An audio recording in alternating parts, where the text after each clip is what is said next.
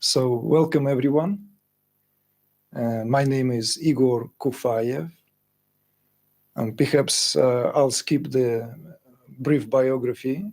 You can always look me up. There's plenty of information out there, not just on our website. There are also other sources.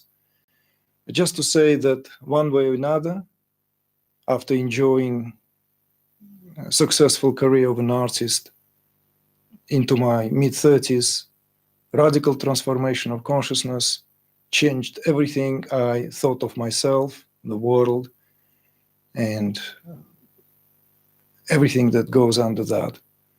Went into full blast, and that's what I've been doing for the past 2 decades, is being propelled, responded to a call to hold space and work with people in this role of a spiritual preceptor.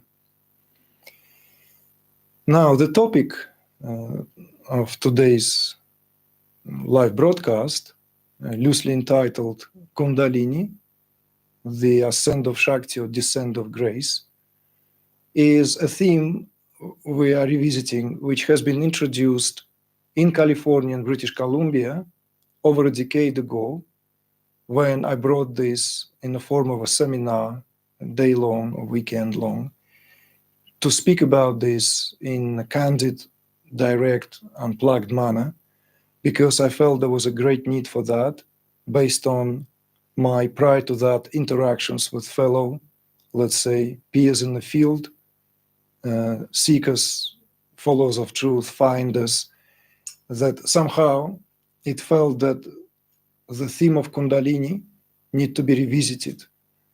And despite the fact that in the last, let's say, 10 years, there is a lot more information, maybe not even just a lot more, there's a lot of information out there with regard to that, what Kundalini is known for. It's much better in terms of everything that is being offered. There's a pleiad of new scholars, there are new authors, there are papers, there are researches being made. So it is definitely improving. But back in the days, it felt, although Kundalini was not a new term, was not a new concept to the West, the term is firmly associated with the advancement of Eastern Oriental spiritual traditions, particularly those coming from India, during the counterculture years of the 60s, where the term became, was made into a household item, at least within the spiritual circles of those who were interested in these matters. So why to speak about Kundalini today, and why this particular topic? And also maybe we can add another question: why myself feel qualified to speak about this? Well, first of all, my understanding and knowledge of Kundalini and all related to that term matter comes from direct first-hand experience of going through the process, also realizing that when the fully blown process unfolded, that what I have experienced as a child gave me great indication to think that Kundalini was active even when I was in my tender years, with on and off years, as it were, until it all unleashed in full force in my mid-30s. In addition, I have dedicated years of extensive study on the topic. I could literally couldn't get enough of what I could find back in the days. This is days prior to what could be Googled.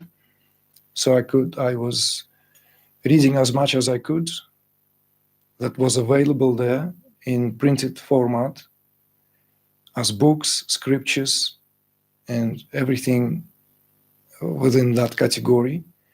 so as to broaden and deepen my understanding of what I was going through directly firsthand.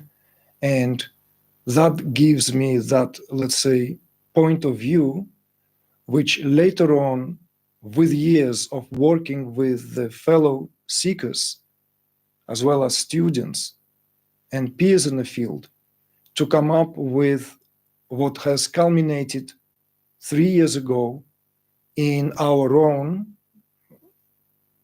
well, calling it opus magnum, maybe a bit too grandiose, but certainly the largest work to date in the format of the online course, which is available out there.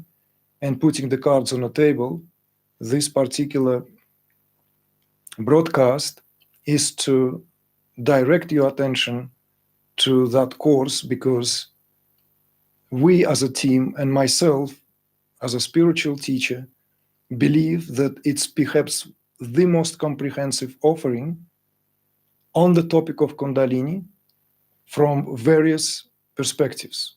It's not just given one, let's say, classical versus clinical viewing or overview, let's say, coming from a particular tradition where Kundalini as a term, let's say, is known for, but making sure that it is a synthesis of everything that was available prior to that, where the term has been crystallized into what Kundalini goes for, even if we are to open sources such as Wikipedia. If we are to look into some of the most immediately available points of reference available out there in terms of what Kundalini is, where it comes from, how it is translated, the etymology, and so forth. So I have some brief outline in non-specific, kind of non-linear manner of where I would like to place our attention today in this way of perhaps attempting at giving it yet another angle of approach, which I always feel required, despite the fact that there is a lot out there, as I have said just a moment ago, a lot more than what it was just, let's say, 10, 20 years ago, let alone prior to the age of the internet.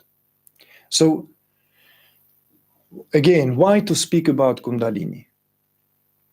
What is the main incentive? Isn't there enough out there written, available?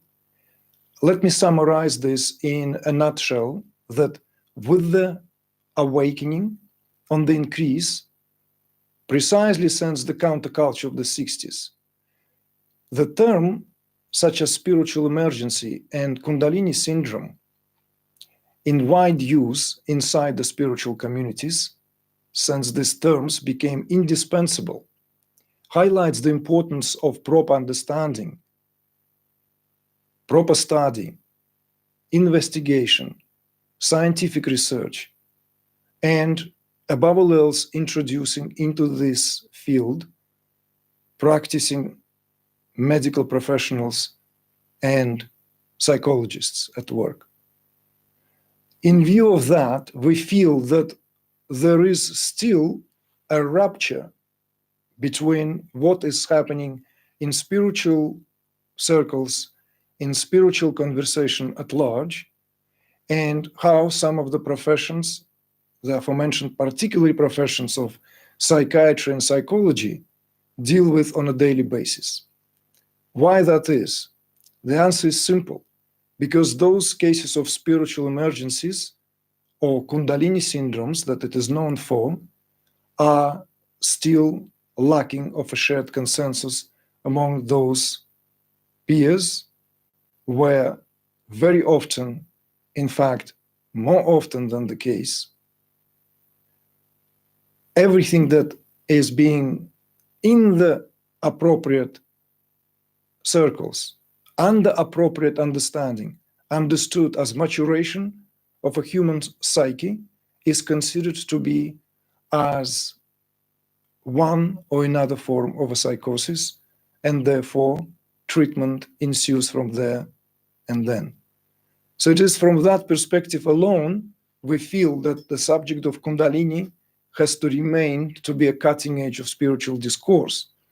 And what pained me from day one when I've entered the scene, I'm no longer speaking about it with as much, let's say, verve as I used to, because I've realized that that's the case, that's the situation, is that even within the spiritual communities, the attitude and understanding towards Kundalini is far from a unifying one, but ridden with ambivalence, with misrepresentation, ridden with obscure references, dismissal, or at best acknowledgement, but giving it a peripheral kind of treatment. This is as erroneous understanding as it could possibly be. And we've done everything we could in the last 20 years to remedy the situation by adding our voice to that, what has been already made into, let's say, tour de force within some of the spiritual community where this is understood to be as of primal importance.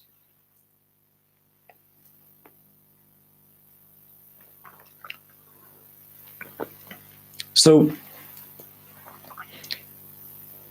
what is Kundalini then? What is Kundalini? Let's give it a brief outline, simply for those who, let's say, come from very different cultural background, although it's hard to believe that anyone out there who is remotely interested in spirituality haven't come across that term. This is a very different situation today, but still. So, depending on the tradition or the context of use, the term Kundalini can be used as an adjective, verb, or a noun. So respectively, it could mean a deep pit, a bowl, kunda, or a coiled one, where and how it is most commonly translated, with this mythological connotation with its associated with the serpent, or a ring-shaped one, circular one. So these are the principal, let's say, etymological connotations of the term Kundalini. The term itself, although could be traced to the Upanishads, to my memory, to my knowledge, going as far back as 6th, 7th centuries before Common Era, haven't been found in prior literature in the Indian subcontinent. And the reasons for that are various, primarily because there was another term that stood for Kundalini, which is more ancient term, which was simply known as Vak, spelled as V-A, or transliterated rather as V-A-C, or sometimes as V-A-K-H, Vak, or Vak. Vak is translated from Sanskrit as speech, sound, at times spoken in terms of the very, very primordial quality of the goddess of speech. So these are the connotations with which the term was known for, or rather the associative power of what Kundalini is known for. And it will become clearer as we speak the importance of that association with the sound, between Kundalini and the sound. So understanding Kundalini, in my perspective, in years of delving into this, is inseparable and impossible without proper understanding of the, let's say, main metaphysical perspective with which Indian tradition is known for, irrespective for its very rich variety of forms of how it is known. And it is that between, let's say, unmanifest absolute and manifest reality that we speak of, there always has been this creative tension in terms of what's real, what's unreal, how it sits in relation to each other. And that whole dance of subject and object, that whole dance of the spirit and matter, the whole dance of Shiva Shakti, the whole dance of this, let's say, dyadic relationship present itself a very, very direct and very helpful picture where absolute or being manifests through sound vibration. In Indian language, in Sanskrit language, known as pranav or pranava, or at times referred to as nad or nada, which gives rise in turn to prana.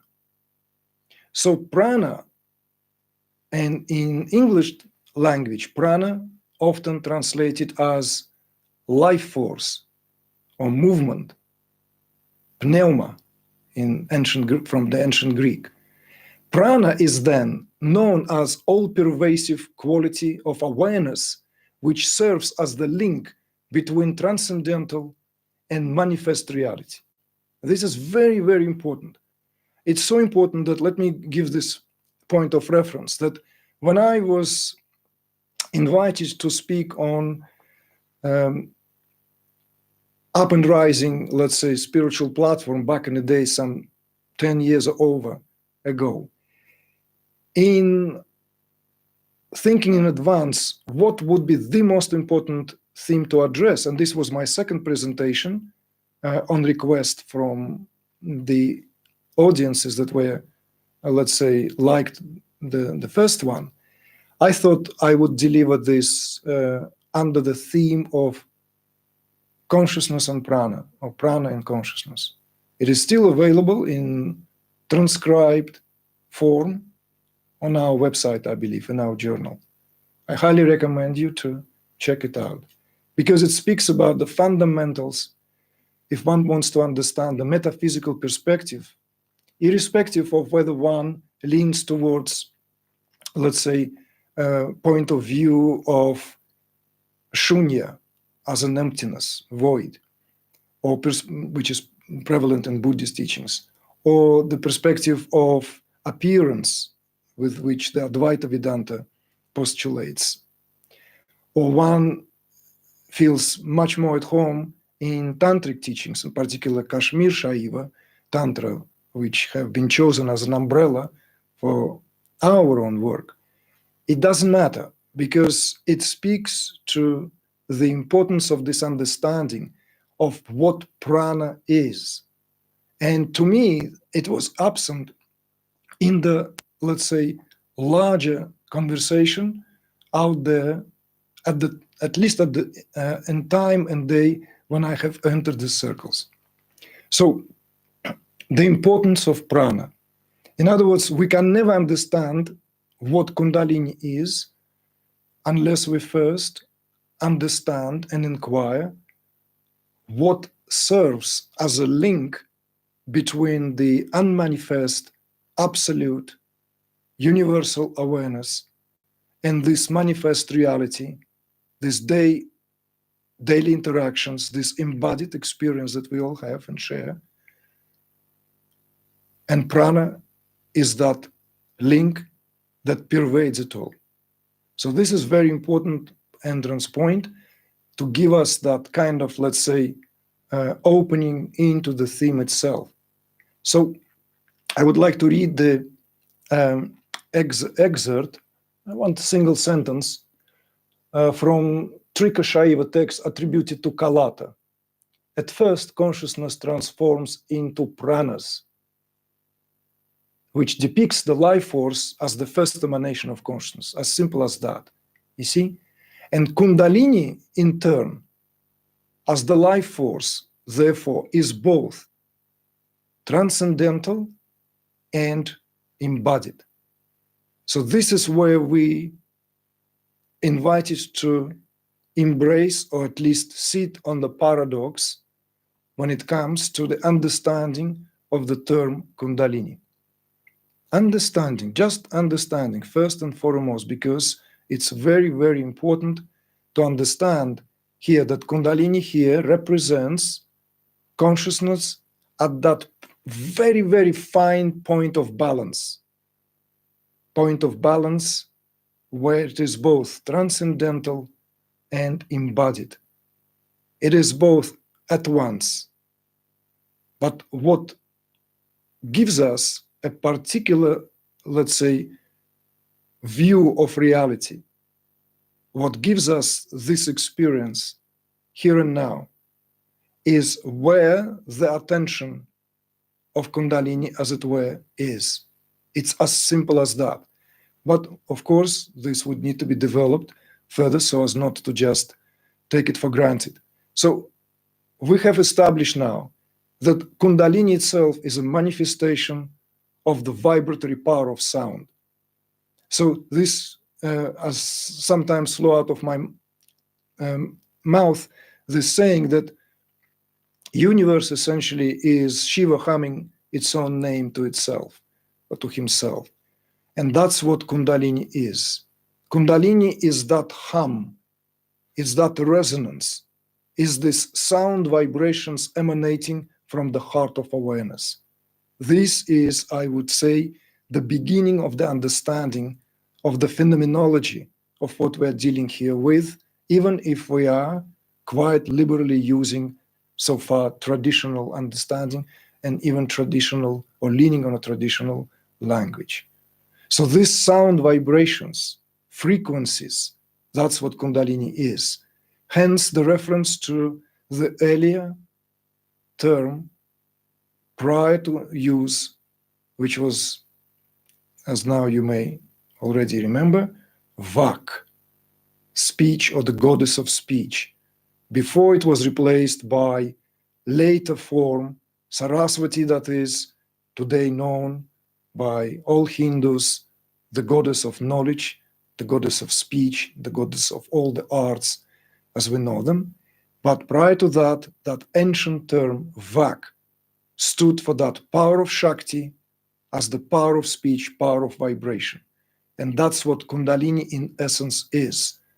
It's the frequencies, degrees of vibration that crystallizes this, morphs something into how it appears in the matrix of our perception. So the perceptual capacity, the perceptual ability itself, it's checked by the frequencies that the Kundalini generates, even, or perhaps above all else, when she is spoken to be in a state of homeostasis, in that dormant state. In classical Indian literature, often referred to as, or at times referred to as, sleeping serpent. Sleeping, of course, to be understood maybe more like slumbering, having that nap. It's not sleeping in terms of being unconscious, although it is indeed in that state utterly and entirely unconscious to its own power. So let me run maybe ahead of myself a little bit and say it immediately here. And therefore the tradition speaks of the three Kundalinis, three qualities of Kundalini with regard to the process, if we are to speak about the process. If we have the time, maybe more towards that later. So the Kundalini in a state of complete homeostasis, absolved completely and utterly by that dream that she's dreaming of. Or Kundalini in a state of awakening, Kundalini in a state where she begins to come out of that slumber. And again, allegorically speaking, her head, which prior to that was turned down, turns upwards, and she opens her mouth and opens all her perceptual capacity, yet unaware of her power. And the third is the Kundalini in her full unfoldment, in the full glory. So this is like 3 stages of Kundalini. Now, this is slightly running ahead of ourselves because I'd like us to tread gently here without kind of coming up with hastily made conclusions. What I'd love to come back to is the importance of the understanding of the pranas and what are these pranas. And as that quote that I read from Kalata, right, one of the sages of Kashmir, at first consciousness transforms into pranas. See, it's plural. And this is where it gets interesting. So any student of Vedic studies, any student of Ayurveda at, let's say, next level, not just at the rudimentary level, at any student of Atharva Veda or yoga in depth, sooner or later comes across this concept of pranas. Not just prana per se, but pranas as what governs all processes in the body. And of course, yogic philosophy, tantric philosophy, views everything in terms of macrocosm and microcosm, where one is the reflection or mirror of the other, or one is the expression of the other. And so whatever happens, as it were, as above, so below, or we can reverse that, as below, so as above. It's the same relationship has to be there as well. Which means that whatever governs all processes here at an individual level, likewise, these very processes govern all universal processes, all processes, so to speak, out there in the cosmos. So there are 10 principal pranic forces, of which 5 constantly being addressed in spiritual discourse. And we speak about them, about these 5 pranas at all our live gatherings and on live and online events, as long as as long as we have enough, let's say, time to address this. And the aforementioned Kundalini course, of course, of which I will speak later on, deals in great depth and intricacy about all these 5 pranas, together known as prana, apana, vyana, samana, and udana. All 5 comprising that full totality of the functioning of the human neurophysiology. All of its systems is under the governance of these pranic currents, with the chief deity being Prana Shakti. So the relationship between, let's say, absolute and this manifested embodied existence is not somehow a cosmic affair which lost its value by the time we feel contracted, or by the time Shakti is contracted, and then we have here this apparent individual severed existence. No, at all times there is this all-pervasive quality of prana which links absolute and relative, if we are to use this language. In other words, at no time that link is severed. That link is all there is, in fact. That link, the activity of Prana Shakti, is all there is. Or to paraphrase Albert Einstein, nothing happens unless something moves. And it's very tantric in its very, very connotations, because that's what prana is. It's consciousness in its active state. So we can speak about consciousness or awareness. In this case, we use it interchangeably right now. Absolute awareness, consciousness, all used right now interchangeably. So all these terms, which stand for otherwise incomprehensible absolute, let's say, always accompanied by the power with which that being embedded with, irrespective of how we look at it. And that power is the power which becomes active through the force of prana. Various traditions, of course, speak about it in various ways. Some more clinical, more theoretical, others, let's say, in a juicier, more poetic way, and we will touch up on that in a moment as well, so as to give us that insight also from traditional point of view of how this is understood in respective traditions. But what's again important is our understanding of Kundalini will always be fragmented unless that connection is being firmly established in our understanding. That Kundalini at an individual level of our experience is the same Prana Shakti that is responsible for the entire creation. So therefore, that potential force that we embody here, all of us in equal measure, is the very universal affair, cosmic affair.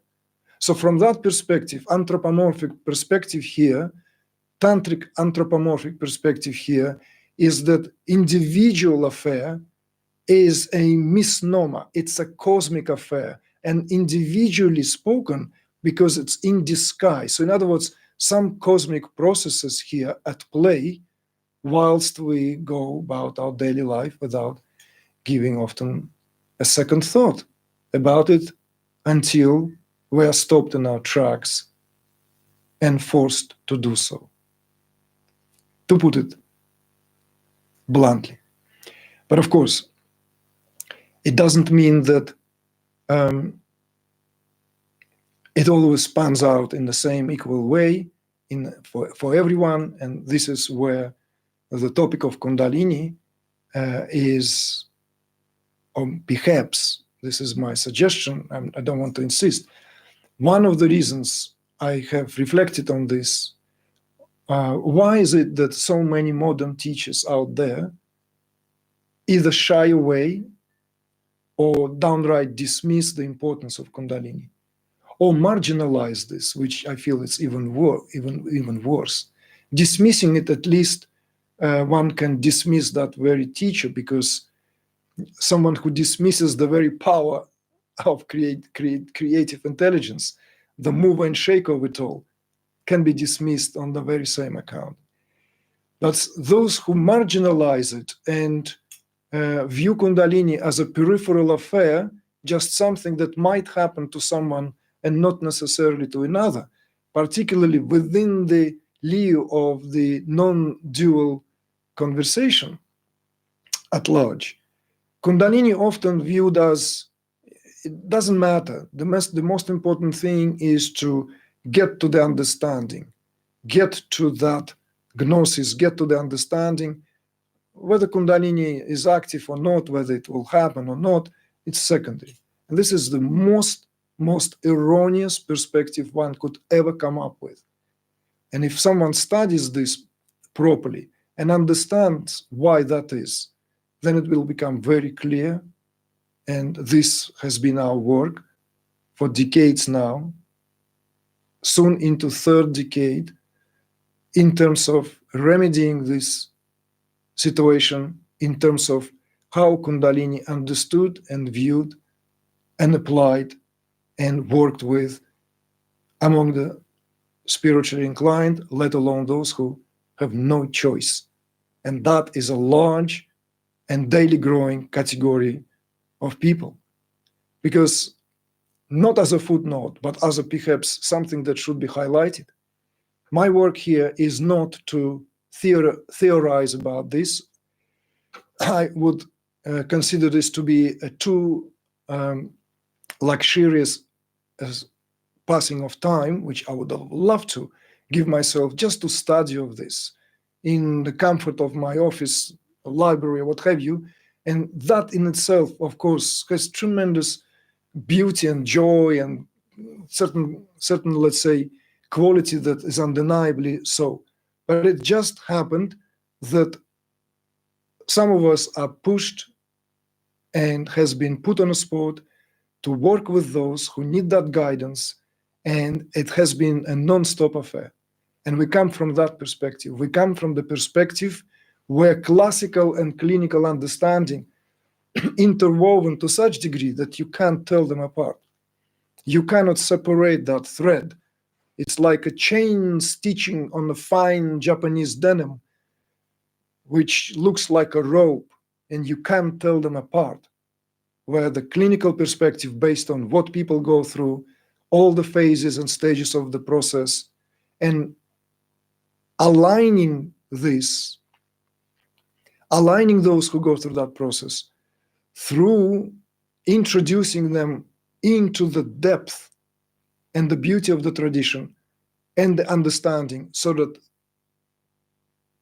fear, uncertainty, insecurity, all that what otherwise the process of awakened Kundalini is inseparable from, is replaced with greater confidence, with proper understanding, with being able to lean back and enjoy that what rises on its own. Because when we speak about Kundalini, we cannot speak about it outside of that what there is another term in Indian tradition known as Satchitananda, because the very fruit, the very goal of, esoterically speaking, of awakened Kundalini is to realize one's immortality in this very embodiment, to partake in the juices of this immortality that floods the system and all its cells and tissues, and to revel in the bliss of one's own self. This is the goal, at least as far as the Trika, Shaiva, Tantrikas view it. And of course, many other systems and schools born on Indian subcontinent have that same understanding, that ultimately speaking, it's all about destruction of sorrow and allowing the spontaneous rise of bliss, because that's what this embodied affair apparently is. We just somehow have been sidelined, sidetracked. So perhaps another sip of tea to moisten the mouth to take us further.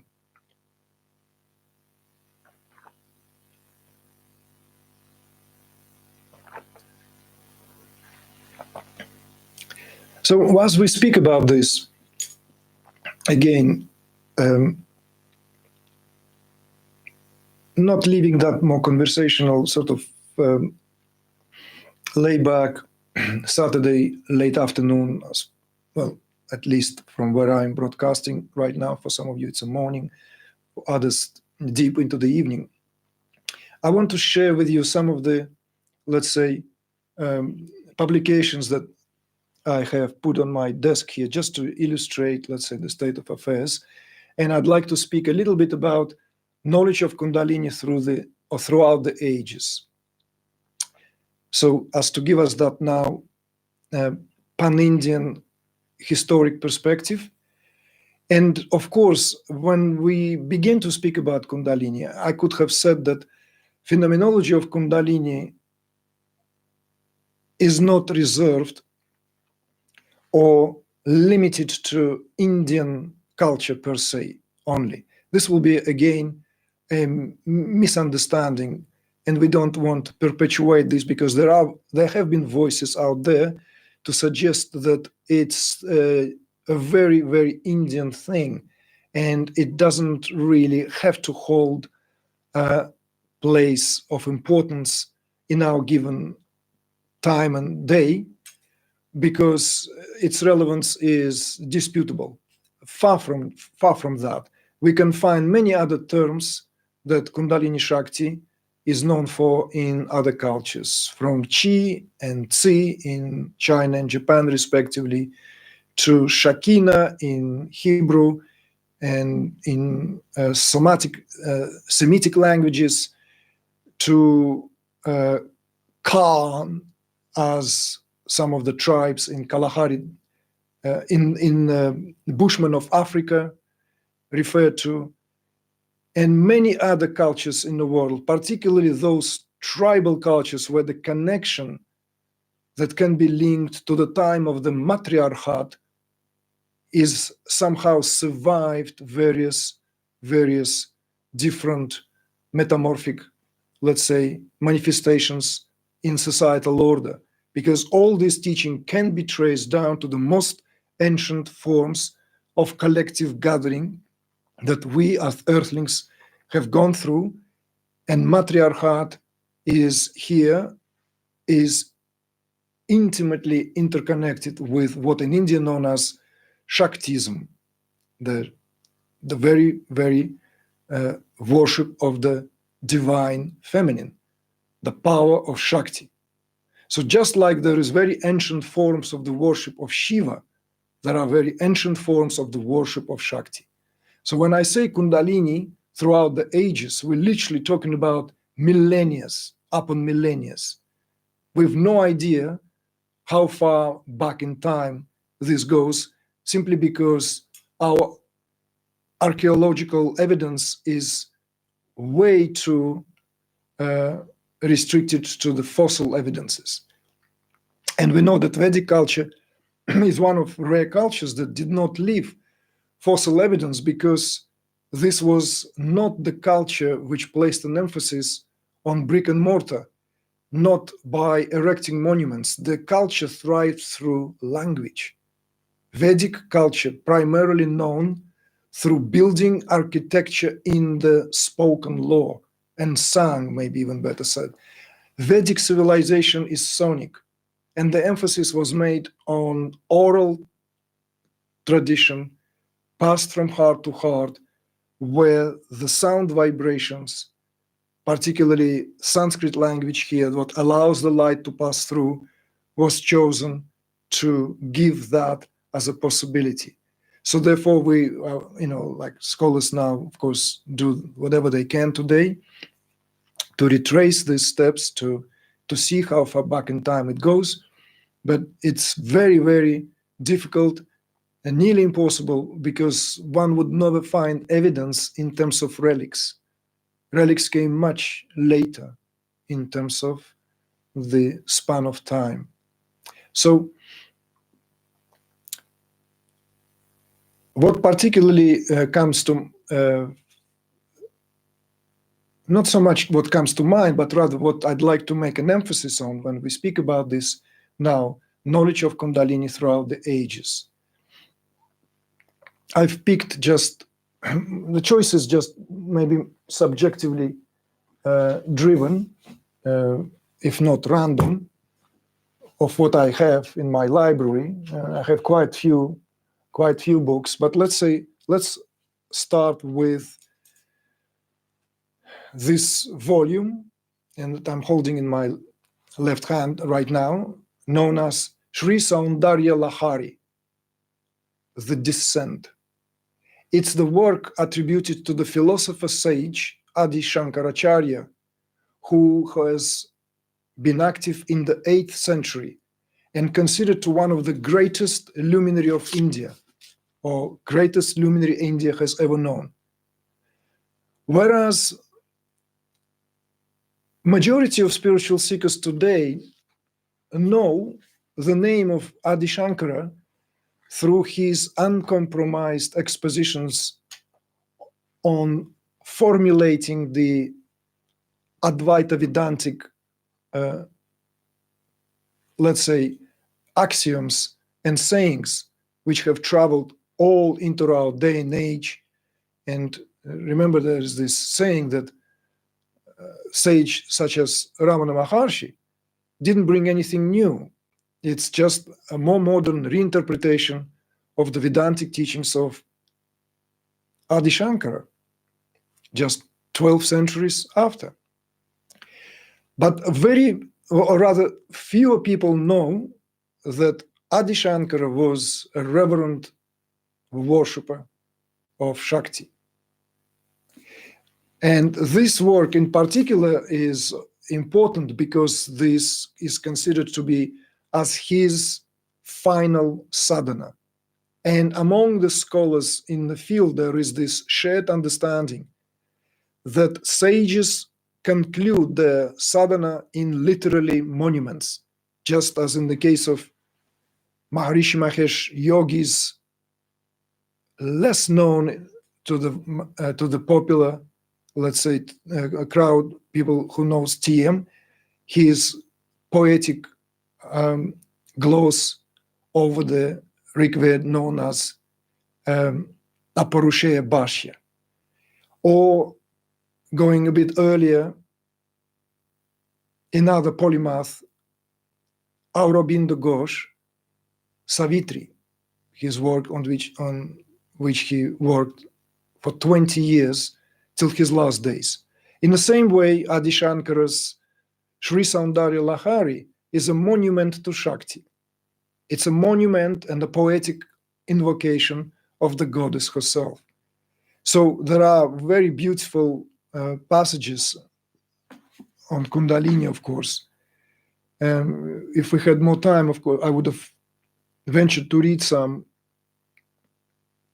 But just to say that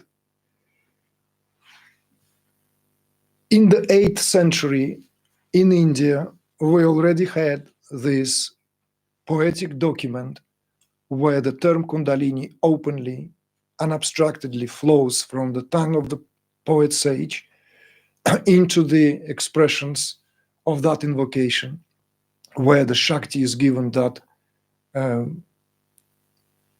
most exquisite treatment in terms of literary output. Then, few centuries after, we have this work, which known in Indian tradition as Jnaneshwari. Jnaneshwari is a poetic commentary on the Bhagavad Gita by the 12th century poet saint Sri Jnaneshwar, who was known to be one of the greatest mystics, yogis of Maharashtra state in India. Highly revered all over the entire India, but of course known as one of the greatest saints of Maharashtra state.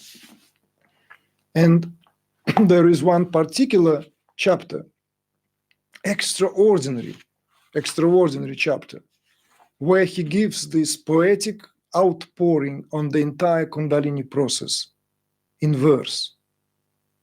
So I highly recommend to all of you who are interested in this to inquire about this and perhaps give it a try.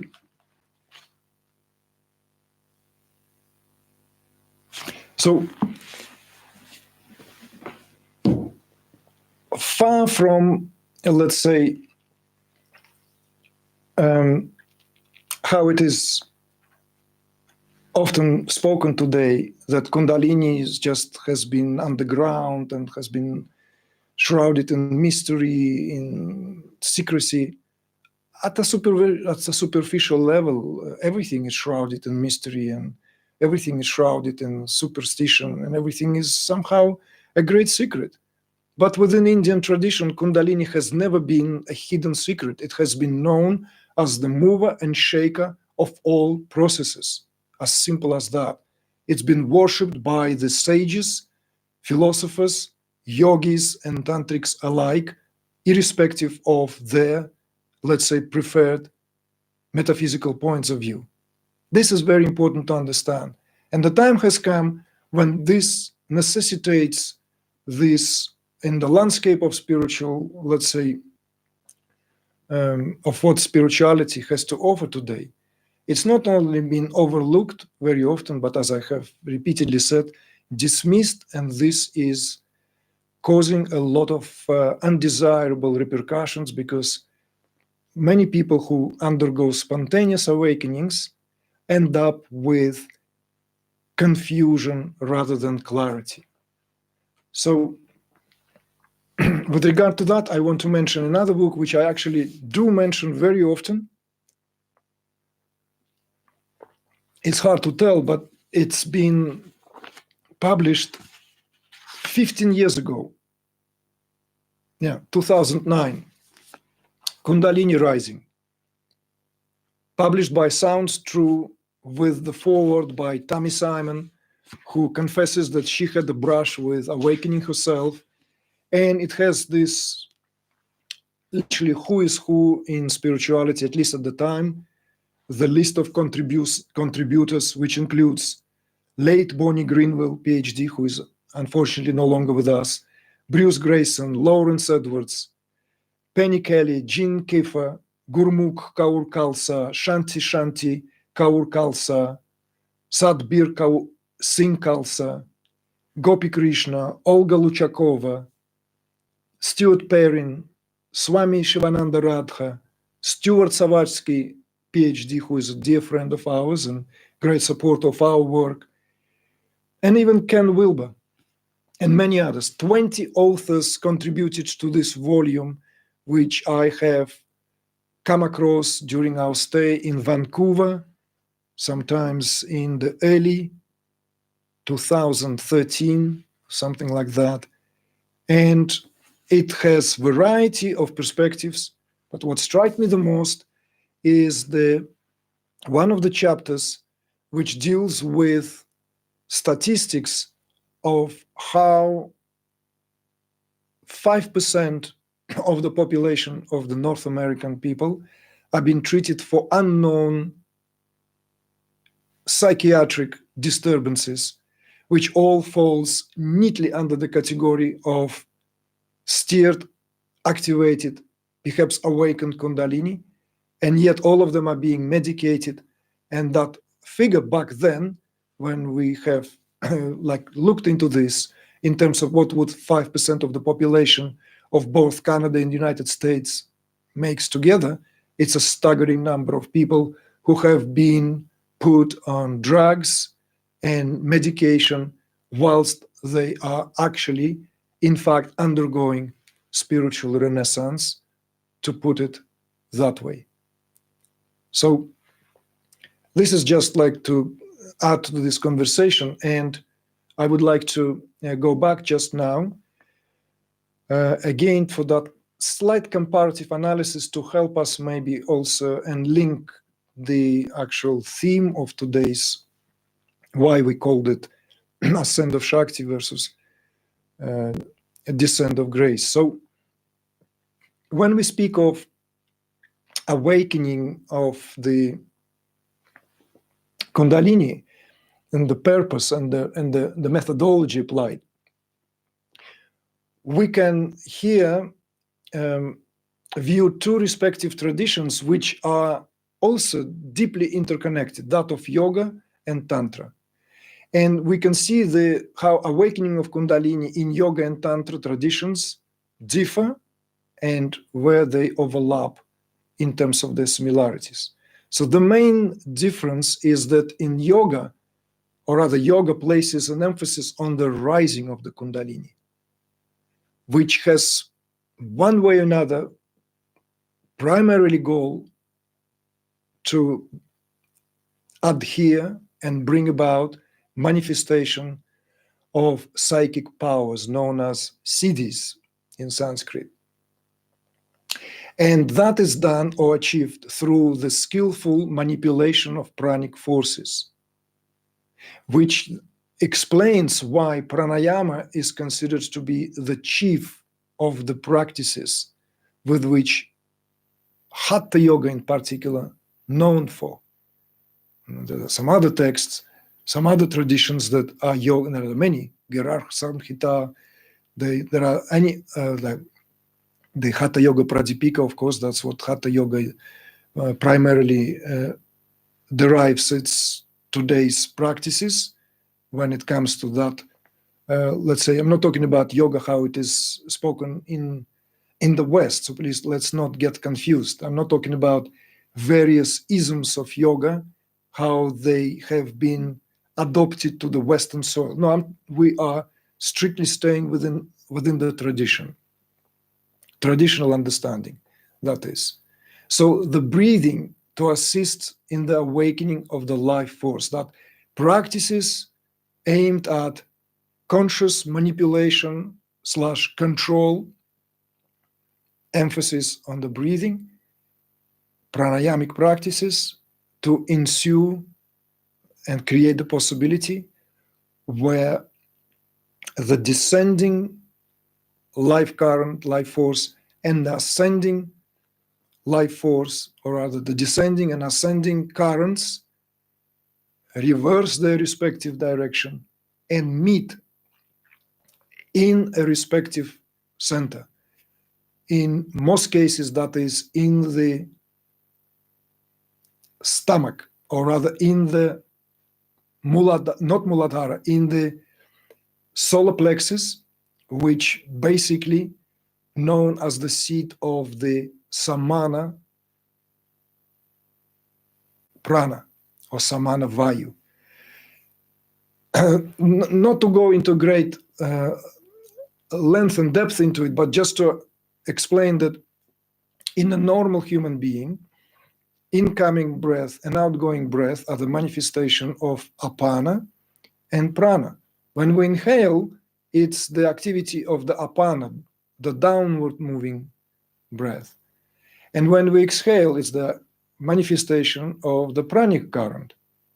But in order to awaken Kundalini, yogis devised these breathing practices where apana reverses its flow and begins to ascend, and prana instead reverses its flow likewise and begins to descend. They meet in the gut, in the solar, in the domain of the seat of the Samana Vayu, Samana Prana, which is known as the metabolic, the pranic force that governs metabolic activity, all digestive processes. It's fiery in nature, you see? If the ascending, descending breath are respective representations of solar and lunar qualities, the Samana here represents fiery quality, and this is what creates combustion.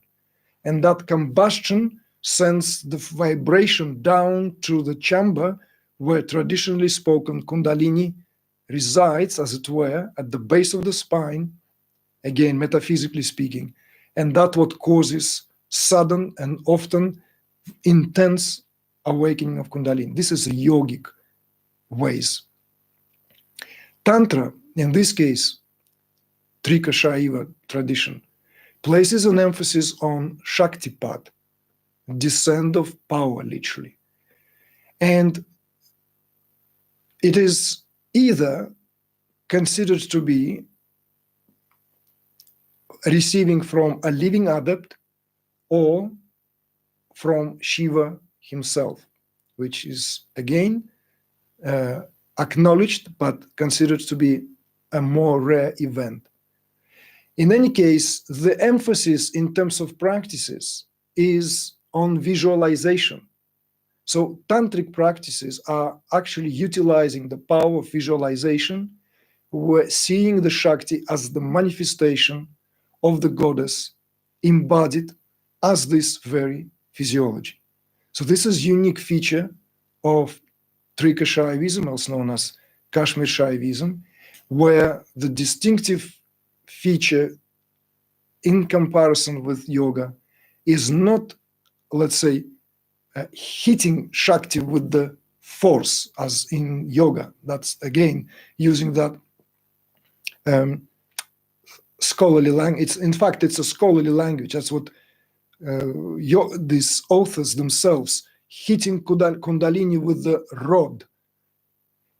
Instead, it's the descent of grace through Shaktipat, or descent of power, which facilitates the awakening of the life force and proceeding unfoldment in a similar fashion now, similar manner as in the case with yogic practices, that what results in that rise of the power to the point of its sublimation with the source. So the importance of the visualization here is directly related to the work we do and to the work that is more emphatically this work is known for, let's say, because the understanding is governed by the understanding that in this body is considered to be a distilled bliss, and bondage is simply the lack of that awareness. So awakening on the gradual surge of bliss and expansion of consciousness at the somatic level is what gives rise to that whole totality of experience, the whole totality of being one with the universe whilst being in the body. So in other words, you see, now in contrast, let's say with, excuse me, I think it's my Siri kicked in. Just have to disable it in time. I'm sorry, I'm afraid I can't do that. Sorry, Siri. So this, let's say another analogy, a comparative analogy. In other words, if we are to compare now this tantric perspective, which views the body as the embodiment of bliss, and the only difference is that one is not aware of that, is could be seen in contrast to these practices where the body is seen through or dismissed as an appearance in consciousness, let's say, as it is often emphasized in Advaita Vedanta. Tantric approach here sees the goddess or this absolute as immanent, and the embodied existence here as manifestation of a goddess in all her various apostasises, if we are to use that term. So in other words, this tantric understanding here is that there is no need for transcendence either or. So the transcendence, immanence, and embodied experience are seen as fused. And that's the value of the work towards which I have myself gravitated greatly. And that's what has become a fertile ground, as well as the umbrella which we use for our groups, for our programs and groups and online events, live events, all accompanying these insights taken freely from the body of knowledge, which is Tantric Shaivism is known for. Always, of course, allocating it with our first-hand personal experiences. So this is what I wanted to draw your attention to first and foremost. And let me just look into the chat now. I have also been asked by a team to do my own plugin, since this is a live broadcast and it cannot be done by team members. So I've already mentioned Kundalini course. So you can find this down there in the information underneath the video. And we also have, in 2 weeks' time, an offering as that continuation of what we have unpacked today, when we will speak again and delve in greater depth into the topic of Kundalini from the perspective of the importance of bliss. So as to separate wheat from the chaff, because there's one particular comment that came to my attention when there is still a lot of misunderstanding, the comment under one of our recent videos, where still great confusion amongst sincere, I believe, and perhaps senior seekers of truth in terms of enjoyment and suffering versus bliss and love. Because bliss does not have an opposite. Bliss does not stand in opposite. Every fleeting joy does. There is continued mistranslations and misinterpretations of the term Ananda, by very well-known spiritual teachers. No need to go after someone in particular, but the term Ananda is translated from Sanskrit by seasoned scholars of Sanskrit as uninterrupted delight and rejoicing and happiness. What's the difference between Ananda and anything that we speak of as a commonly spoken joy or delight? Is that a letter A, Sanskrit letter A, Ananda. Nanda is rejoicing, delight, happiness. Whereas Ananda, as the Sanskrit grammar goes, turns it into unending. In other words, it doesn't have beginning or end. It's a substratum. So Ananda is not peace. Ananda is not a state of platitude. It's not a state of calmness. There are other Sanskrit terms for that. This is misinterpretation of ancient teachings that are as valuable and valid today as they were back then. There are terms such as Shanti, Shanta, that stand for peace. Ananda is a very important concept, and I invite all of you interested to delve into this when we will speak about Kundalini in its relation to pranic currents and all the classically outlined varieties of Ananda as known to be described in minute detail by 10th century Kashmiri Shaiva sage Abhinavagupta. So this is what we will give our attention in the next online gathering in 2 weeks' time, I believe. And of course, all the information is can be found down below.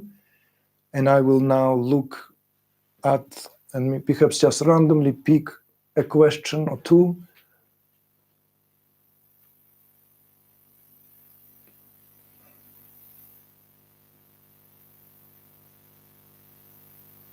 Just want to, there's a lot of comments in the chat. I just want to see if there is anything that came as a question that aching or asking to be answered.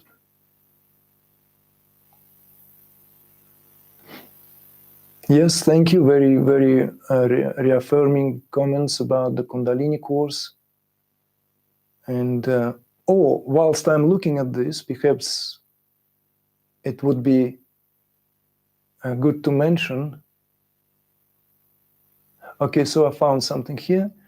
With relation to the sound of Kundalini, could you refer again to the different audible sensations like ear ringing and the like, and Kundalini being active in the psychic centers? Thank you. Well, it's a big topic, because what you're asking here, the question comes from Christian S. What you're asking is what is known as sounds, the nadas. In Sanskrit, there are nadas, these various degrees and subtlety sounds that awakening of Kundalini as a life force is inseparable from. Not that everyone goes in exactly the same manner, but it's pertinent to the activity and the activation of particular psychic centers, the wheels of power. So classically speaking, of course, we can just lean on that and describe all of them, from sound of the cymbals to crickets, to hissing of the snake, to cymbalines, to the sound of the flute, to the progressively more refined sounds of the veena, violin, and all the string instruments, until all this is reabsorbed into one homogeneous anahata nad of the pranav. And this is where, essentially speaking, the indescribable unity of subject and object take place, and it is accompanied by the complete and utter reactivation of the crucial glands, pineal and pituitary. And this, of course, when the system begins to get flooded with that ambrosia, with these crucial juices that are known as the juices of immortality, right? That amritam begins to flow freely. All this is associated with the reactivation of the crucial glands, as I have said, but primarily because Kundalini has risen now to the Bindu Visarga point. So this is where the point of origination is being touched. So this is like literally the sound at its formative state of matter, or the formative state of the templates of the universal creation even. So in other words, it's the formation of the macrocosm before the macrocosm. And this is just like the broad picture. Of course, in the Kundalini course, we go into great length into the analysis of different nadas, and we do speak about it on various occasions. Maybe there is a video out there, I don't recall immediately its title, where we have spoken about it. Okay, let me see if there is another question to, like, just to pick in terms of its more kind of appropriate sounding quality. Not to be discriminate, just please forgive me this. We can only do that much at the moment.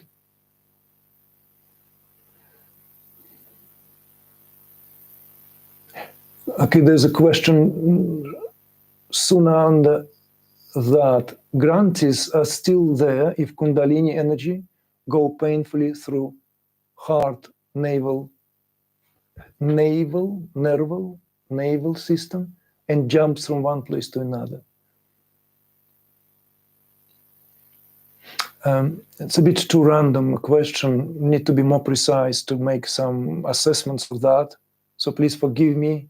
I will invite you to join us in 2 weeks' time to present this, like, just to everyone present here. Anyone who considers to join us in 2 weeks' time, and if you would like your question to be answered, because we will collect these questions in advance, please give it a moment to formulate, to put your questions in writing in as clear, concise, and precise way as you could, and we will give it your attention in our live meeting, where I also will be able to see you via Zoom, so we'll have that additional value.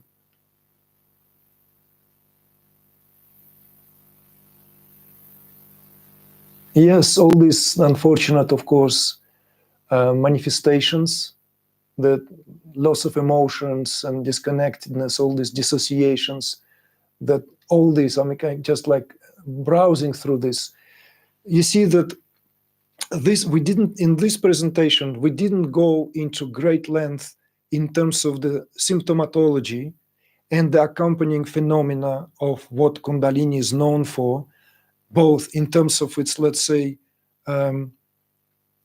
glorious manifestation versus the underreefs and undercurrents that were being tumbled down under very often.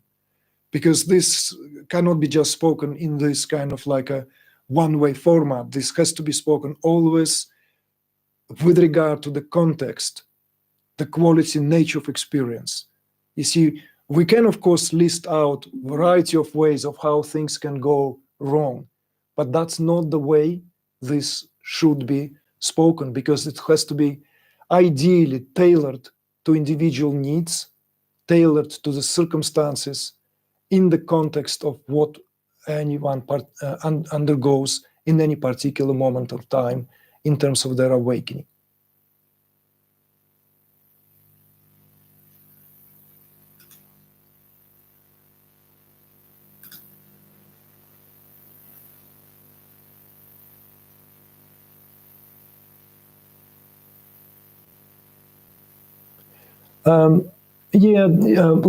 Yes, there's a strong comment from Natalie Remington. Serpent is an accurate name because Kundalini awakening, unsupervised or unprepared for, can literally kill you and or drive you insane. Don't naively awaken the dragon, but do it with all the seriousness. Yes, of course, this is also true. Funny enough, this kind of perspective often being debunked by even very seasoned teachers out there. There is this kind of a two standing polar apart perspectives. One that Kundalini is supreme intelligence itself, so nothing can go wrong, which has a tremendous truth in that. But it is only if the container is entirely, is the psychic container, that is, the content of the psychic centers is pure enough. Versus Kundalini can be a terrible journey and this is the end of the world. No, these are two extreme expressions, and I'm not in favor of this extreme kind of ways of speaking about Kundalini. Yes, Kundalini can be definitely an always true, full awakening of Kundalini is always a challenging time, always, because we are modern people and the content of our psychic centers is really polluted. What we forget that many scriptures written hundreds of years ago, let alone thousands of years ago, were written for people who lived in an entirely different psychic environment. Physical environment was different, much purer, but psychic environment was different as well. So of course, adjustment has to be made to us moderns today that Kundalini does require greater attention in terms of the preparation, in terms of the attention that is required, 100, maybe 200% of dedication, to without which, if one thinks that it's a walk in the park, one will be for some rude awakening rather than felicity bringing awakening. So that is true. Okay, folks, so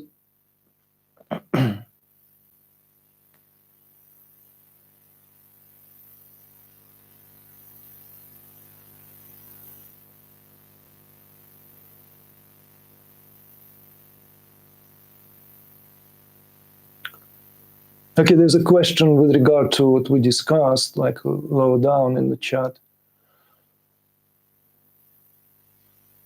Why is the descent of grace not experienced by everyone when arising Kundalini? Very good question. So let me just maybe, this also a question which clearly connected to the topic of the title of today's broadcast and what was spoken by me towards the end.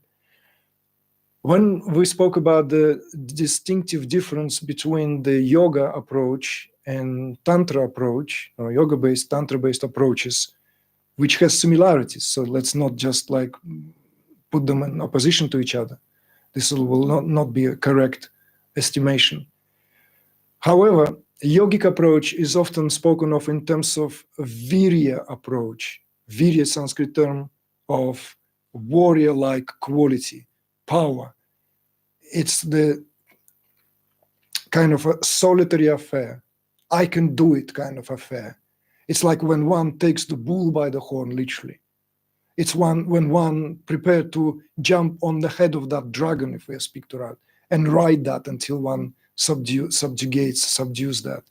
So yogic approach does have that effort-like. And effort here is spoken in terms of virya, power, approach where one can do it. You see, it's not cut for everyone. The Tantric approach which deals with the receiving of the Shakti path is feminine in nature. If the yogic is masculine, you see the difference here? One is the warrior-like approach, another one is more in terms of surrendering, because receiving Shakti path without surrender is impossible. So the degree of surrender at least is required. And that degree of surrender is in fact what often measures the intensity of the process of awakening. So even when we speak about the descent of grace or descent of that, what is spoken here in terms of the descent of power, as the Shakti path is known for, is feminine in its connotations. You see, it's delegating the power, it's giving in, it's feminine in its connotations in terms of what it represents.